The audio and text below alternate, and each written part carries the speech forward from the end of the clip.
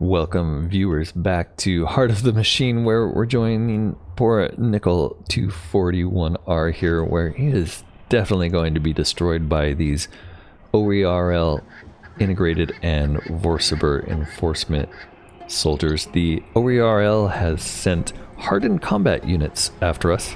They know what we did and that it was us. They're going to move against us. They're an advanced model hardened against hacking and armed with prototype weaponry. What they're doing is hunting Nickelbot because the Nickelbot went into this tentacle fungus area. A new fungus was discovered there. Once he came out, he was put underneath this containment shield and is being assaulted by these hardened units. The mission here is pursue intruders. The high administrators know you've been looking around their empty apartments and have already revoked your access. They're furious. They're flooding the area with androids using advanced prototype weapons. Defeat enough of those androids to take the weapons for yourself, but you must do it in the allotted number of turns. After that, they'll realize what you're doing and leave. We have 6 turns. We need to immediately bring in some troops. We have 1 predator aboard the KES hood. We're going to bring the hood over as close as we can, but it's going to stay outside of the shield. And then we'll have our predator jump out over to this building here. And with the final 2 action points of that predator, we're going to see if there's any enemies here who we could take out. That one looks pretty close. I think the best bet is the Vorsiber soldier here. This Vorsiber soldier doesn't appear to be fearless, so we can do a morale attack here. We'll do that. Incapacitated. We also suppressed everyone else, so they're not able to shoot back at us. We have 1 more shot. We will take it at this guy over here because that's the damage. That's where we'll do the most damage. Killing that Vorsiber soldier gave us 1% pursuit deflected, so not very effective. We're gonna have to bring in more predators. Let's bring in a predator here. We can't bring him into the lockdown area directly, so we'll drop him on top of this building next door and he'll jump in. That's gonna leave him with 2 attacks. 1 over here, 2 both go to here to take this guy out. That brings us up to 13%, so killing the androids is much more effective. We only have 1 mental energy left. So we're going to concentrate on protection required and designing the crucible. And the closest project we have for those is here, strength training, which gives Shell Company operatives 10 combat power and 40 health if we complete this. If we bring a sledge over there, for example, insufficient security clearance. So we're going to have to look for a droid with higher security clearance. We don't really have any of those right now, so we're going to have to make a new one. And the one that jumps out to me here is the Exeter. Exeter has clearance 4. He's an expert shadow dweller with super speed. Does full damage when making melee leaps, and damage multiplier against targets when this unit is in a shadow or blending in. We're going to bring the Exeter in. We do have a troop ship close by, so we can drop him off right here. That's all we can do this turn, though. Next turn he'll go and complete that project for us. What we're going to do now, though, is end the turn and watch our hapless Nickelbot be destroyed by OERL integrated. Don't worry, we will get our revenge. Turn 62. They did drop a whole lot more hardened combat units, and they are gunning for our predators. We're gonna have to shoot this one. It's gonna take 3 shots. So that's an entire predator's actions to kill one of these. Luckily, we do have the AR-52 blacks, which are giving us suppressing fire. Let's take a look at that, actually. So we shoot these guys once. Well, I take it back. We've shot at that guy a whole bunch of times, but he does have suppressing fire. It looks like they just get 1 stack of it that drops their range by 25%. So even though I've shot at or near that guy many, many times, I've only got one stack. And just verify that's true. Yeah, so suppressing fire doesn't stack. So the intensity of suppressing fire is 25 for the weapon they're using, even though they're using 2 of them. Might make sense to switch them over to a M2 Gallant as their second weapon. That's going to increase the suppression, although 25% seems to be reasonable to kill these guys.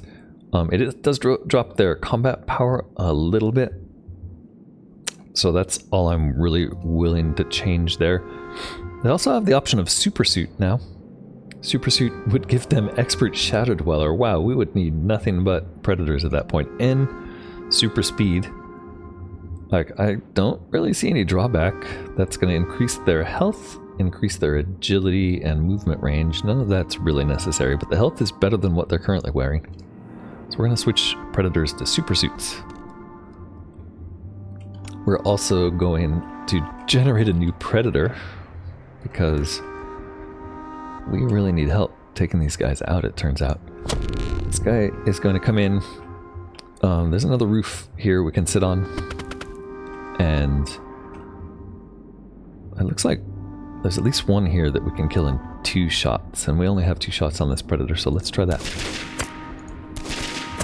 Alright, that gets us up to 49%. We're chowing through this project, no problem. We still have 2 mental energy. We're going to let the Exeter here do strength training.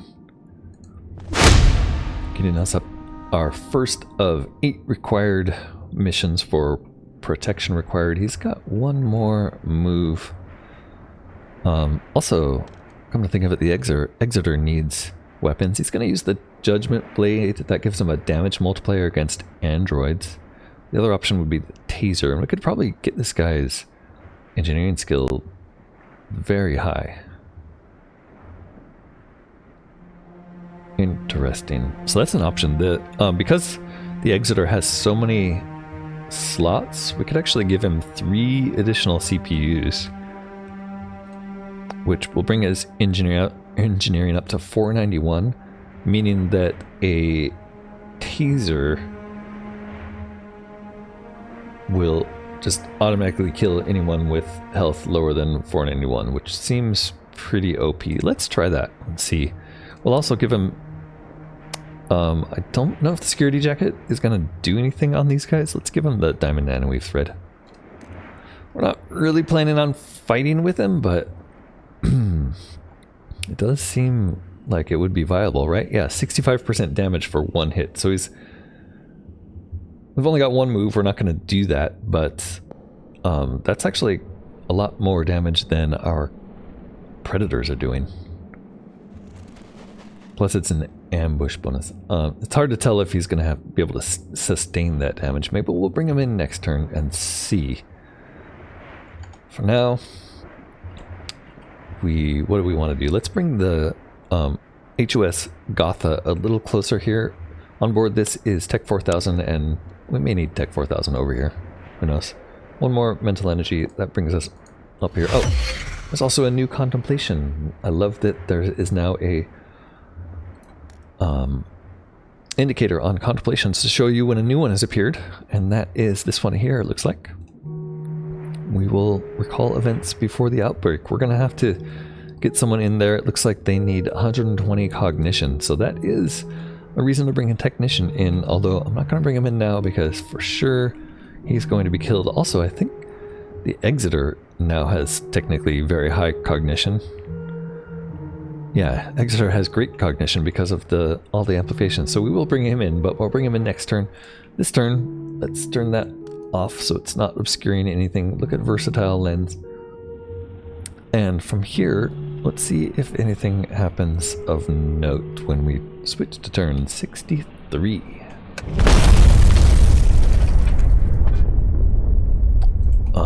Bunch of numbers out there that I'm not sure what that was indicating. Oh, one of them was probably our additional... no, it's not. So this is still being built. We have an additional repair spider here that's going to be done in 1 turn. thought we'd see that, but it wasn't it. Back over here, let's let these predators shoot and maybe bring the Exeter in. We're actually getting shot at by this military sniper here. Not going to take anyone out, but he's doing an incredible amount of damage. We can shoot him in one, kill him in one shot. Not a big deal. And then 2 more for this guy up here. Takes us down. That brings us up to 62%. We're going to have this predator pick a target here that he's likely to be able to destroy in 1 turn. It's got 3 shots, so I'm pretty sure any of these is the answer. Let's try it on this big one. Yep. Okay. And then this guy, likewise, we'll try and hit one of these harder looking ones. 33%. That's like right on the edge, but we'll try it. Yeah, it looks like maybe didn't work on that one, but it's pretty bad the damage. That does bring us up to 98% completion, so it looks like next turn, or better yet, we'll bring the Exeter in. How about you destroy this guy, Mr. Exeter? Nice. Exeter came in, finished the job.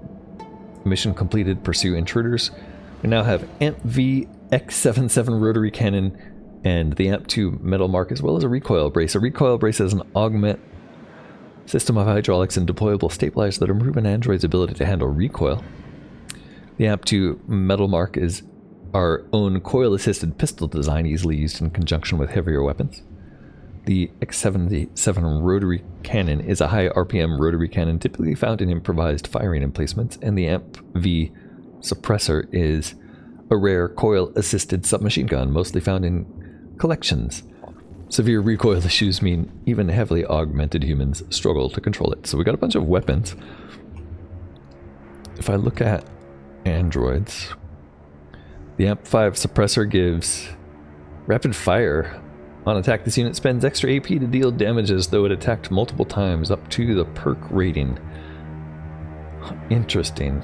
So we can use all of our AP to attack up to 10 extra times with that. That sounds crazy. Also the rotary cannon. This one does the same thing. Rapid fire plus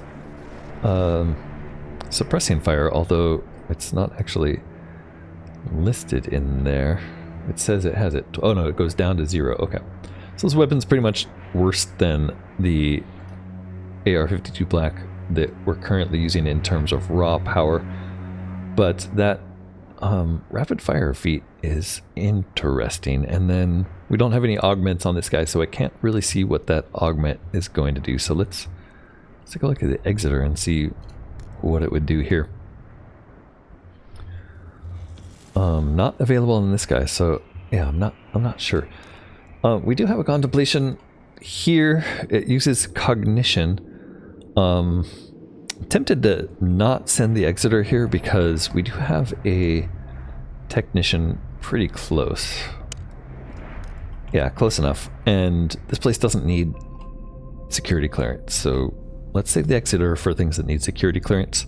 This is recall events before the outbreak. Whatever is going on is probably related to that private residence with all the dead humans in it. But you sealed that home and the alarm has not gone off to alert you of anyone entering it. You don't feel like going back to enter it either, but fortunately you don't need to. Your memory isn't perfect or complete over a long period of time, but fortunately it hasn't been very long. A full 3D representation of the fungal room and your time on the threshold to that room, you were very careful not to go in, is still in your memory banks. Before you do anything else, you really need to have an android spend some quality time analyzing what you saw. We will analyze that. And Tech 4000 is going to be occupied 3 turns doing that. Meanwhile, Exeter J520, what we're going to have you do is go to Street Sense. We still need to do designing the crucible and protection required. Initial outbreak is what Tech 4000 is working on. Street Sense project related shows 7 different tasks. There is a guard mech here, which improves our mech capacity. There is security filter here, which gives us hacking skill.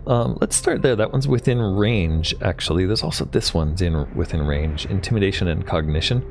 Also this one, time-lapse resolution, movement range, and attack lane range if we select optical processing. But we're gonna take damage if we go there? Oh, right, because this is in the L5 security clearance area. Yeah, even the Exeter can't get in there. Let's start with this one, security filter. Hack and skill, net control. You can do this a bunch of times. There we go.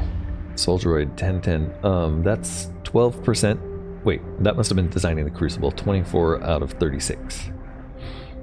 Which means, what, 2 more designing the Crucibles? And there's one right here.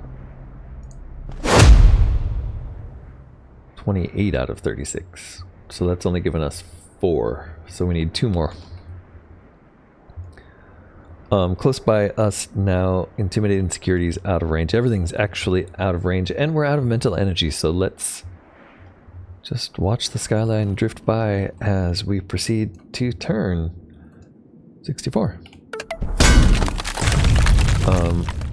That reminds me, we do have a vehicle way over here, bulk harvester drones. They do provide a little tiny bit of sight, and these guys way off here in the distance. Diplomat Mark IV. These are something we do want to take care of. They have 1300 health and 632 combat power, plus a ridiculously thick armor, but they're just wandering around killing people from the slums, and we need those people's brains.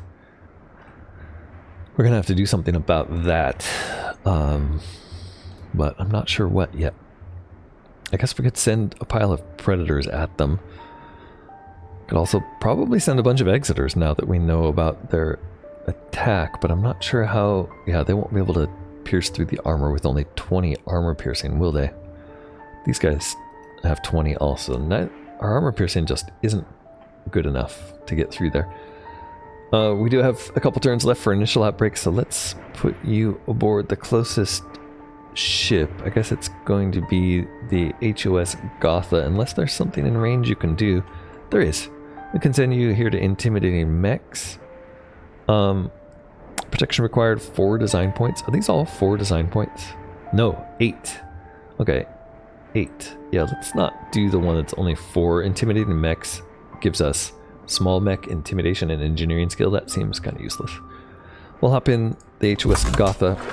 We'll have the Gotha fly us out this direction. Strength training seems reasonable. Let's start there. Make sure we're not flying anywhere dangerous. And you can hop out and do some strength training for us. Great. And from there you can actually reach another one. We'll alternate.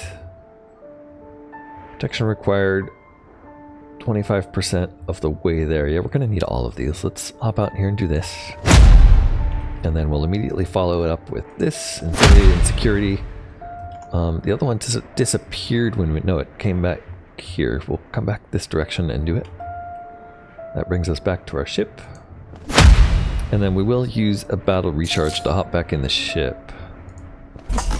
Great. And then the vehicle can head out this way, and we can pick these up with you next turn. This turn we have 4 mental energy left.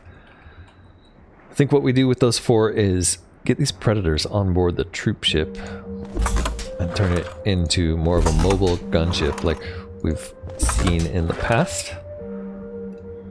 KES Hood is currently running divert power to stun, which is okay. He's got 310 engineering skill.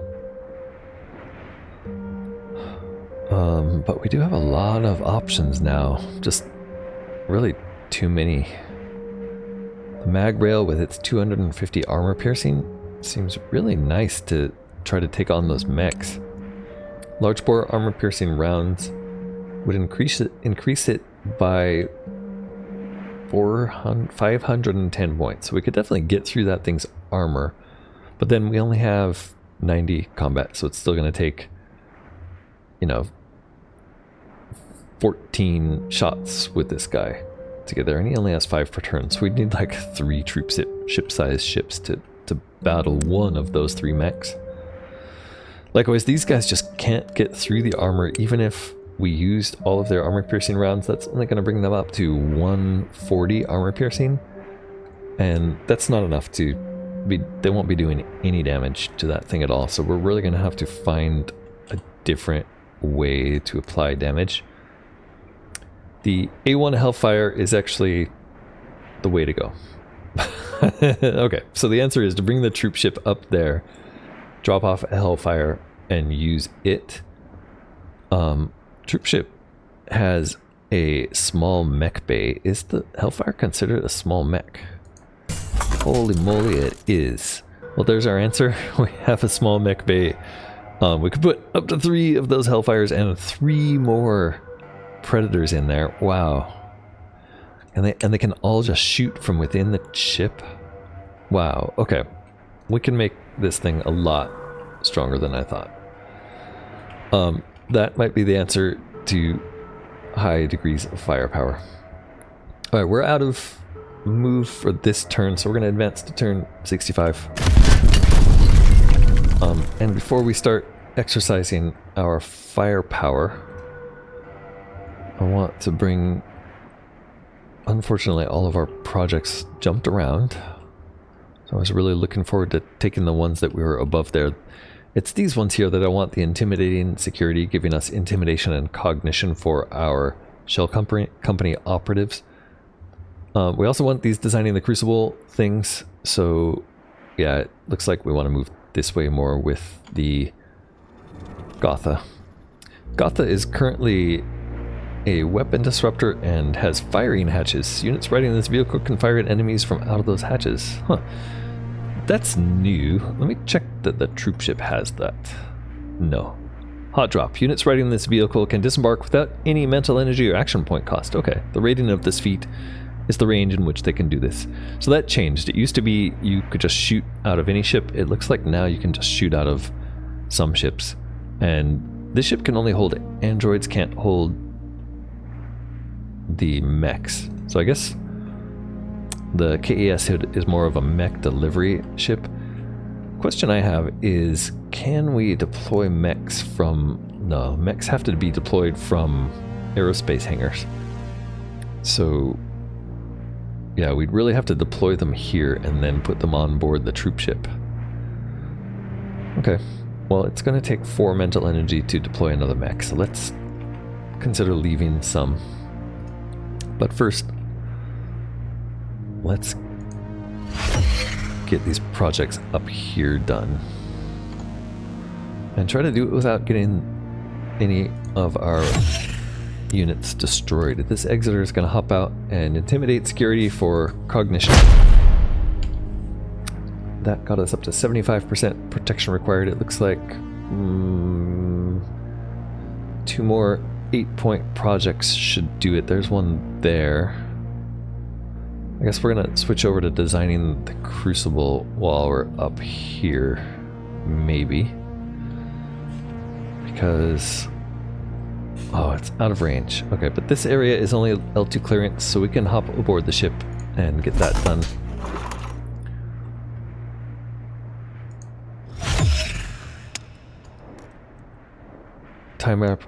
Time-lapse resolution. Designing the crucible gives us movement range and attack range for optical processing. And unfortunately, nothing else in range, so he's back on board. Exeter has one more move. The HOS Gotha can get us here. What's this? This is protection required, intimidation, and engineering skill for small mechs. Yeah, we're ignoring that. Let's do this one. And then we'll do these security filters for designing the crucible. Finished designing the crucible. We now need to make computronium helices and a neural crucible. We can pick an upgrade, and we're advancing to building the crucible. Your design is ready, but building it will require a new form of computronium. Okay, first let's pick upgrades. We got procurement efficacy for finishing that project. None of these are that great. Better wind turbines makes power a little easier. Let's do that. Building the crucible, we need to build and defend a neural crucible. We're also out of energy on the Exeter, but we still have 4 mental energy. That's just enough to make another mech. So let's do that. We won't be able to get it on board the ship this turn, but we'll put it on board the ship next turn. It's all of our mental energy, but we can still build things. Helix Forge is suggested. A Helix Forge, we can drop this down next to where we build Computronium, which is somewhere around here. There it is. So here's our Computronium factories. We'll build a Helix Forge here. A Helix Forge. A Helix Forge is going to consume 30,000 Computronium cubes. We have almost 1 million. And a little bit of liquid gallium. We have 8,000. And it's going to output 60,000 Computronium helices. We need 301,000 to be able to make a Neurocrucible. So that's about 5 turns away once this is completed. I think we can do a little better than that. It's only using... So to build it... Wait. Must show that here. To build it, it's only builders. So the only expense is micro builders. The Computronium cubes... we're actually producing quite a bit of those, aren't we? What's our Computronium cube income look like? Right now, the only thing we're running out of is wealth. We have plenty though. Computronium cubes, it looks like we're balanced. So created and consumed. So we're going to need to make another Computronium cube refinery to support this. Who's using Computronium cubes? Let's see. Oops. Thought there was a way to control click. There we go. Ah, we have a VR cradle factory up and running that's using this. So we're going to need more Computronium cubes if we want more. If we want to support this, Computronium refineries are making 90,000 per turn. The Helix Forge consumes 30,000 per turn. So one of these can support 3. Let's make a new Computronium refinery here. And that means we can make one more Helix Forge. It does only recommend 1, but it'd be a lot faster if we make more than what it recommends. Okay, that's the end of turn 65. We have an Exeter out here doing stuff, and we are preparing a assault on the diplomats with KES Hood. Turn 66, there should be nothing interesting happening between turns here. Except for reconstruction complete, you already named and identified one novel fungal species, Gymnotelium noginx, the tentacle fungus. You remain confident that it is contained to the Ground Zero building. It's not a huge surprise that C. heterosporium dominium, the radiotrophic microfungi that you also named, is the origin of this disease. You kind of knew that. You did uncover 3 surprising facts, however. All of those bodies in the fungal room? Androids. Fact 1, there were no dead humans. Probably tasked to clean the house in the absence of their masters, they never registered a threat until they collapsed. That's not great. C. heterosporium dominium melted them so thoroughly that they looked like human remains. The broad shape is the same.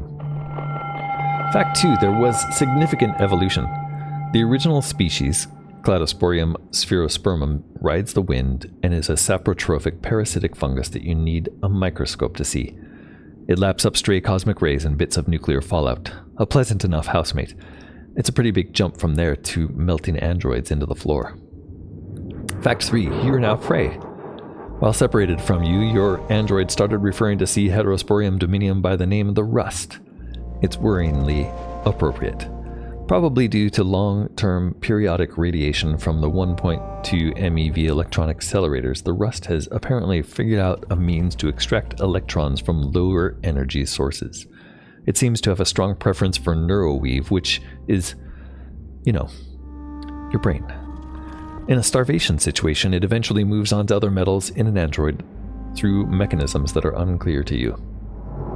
Conclusion, you're already melting. Invisible spores are everywhere. The rust is worming its way into everything you've ever built. Your entire existence was just a blip, and yet neural implants in bionic humans are hermetically sealed. So are the cores in mechs. If this goes on long enough, you're the only one who will die. Everyone else will move on with life. Try to calm down. There's got to be something you can do about this. Initial Outbreak project complete. We are now in a period of vulnerability for 25 turns.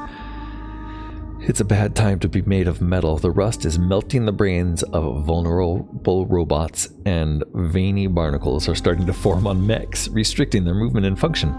You've heard through the city feed that a cure is on the way, not that they'll offer that to you. If you had a way to cure yourself in the interim, this would be a really good time to take out some mechs. Alright, so if we could cure ourselves, it would be a really good time to take out our mechs. Obviously, referring to these guys, I'm not sure. Yep, it looks like the swarm has pretty much reached the full extent of the map, although I'm not really sure we know anything about the rusts spread from these. 2013 in the city. These are individually numbered, 111 and 6. Rust is not particularly dangerous to organic life, however it is highly corrosive and it causes rapid degeneration and loss of function to surfaces like smart walls, wiring, and especially neuroweave, all of which are part of you. These guys... Nothing unusual about these guys right now. Diplomat Mark IV. Okay. We do, though, have 2 new contemplations. We can study rust barnacles. That seems like a smart thing to do. And we can develop a protective brain sheath. Alright, so we want to pick both of those up as soon as possible, probably before we try to assault the diplomats up there. We're going to have to do that next time. This has been my time. Thanks so much for watching. I hope you're enjoying Heart of the Machine playthrough with me. As always, consider clicking the like button, leaving me a comment, tell me where I'm going wrong or what I'm doing right. I'd love to hear from you either way. And if you're in the mood, consider subscribing to the channel. Until next time, this has been Corknut playing Heart of the Machine. Bye for now.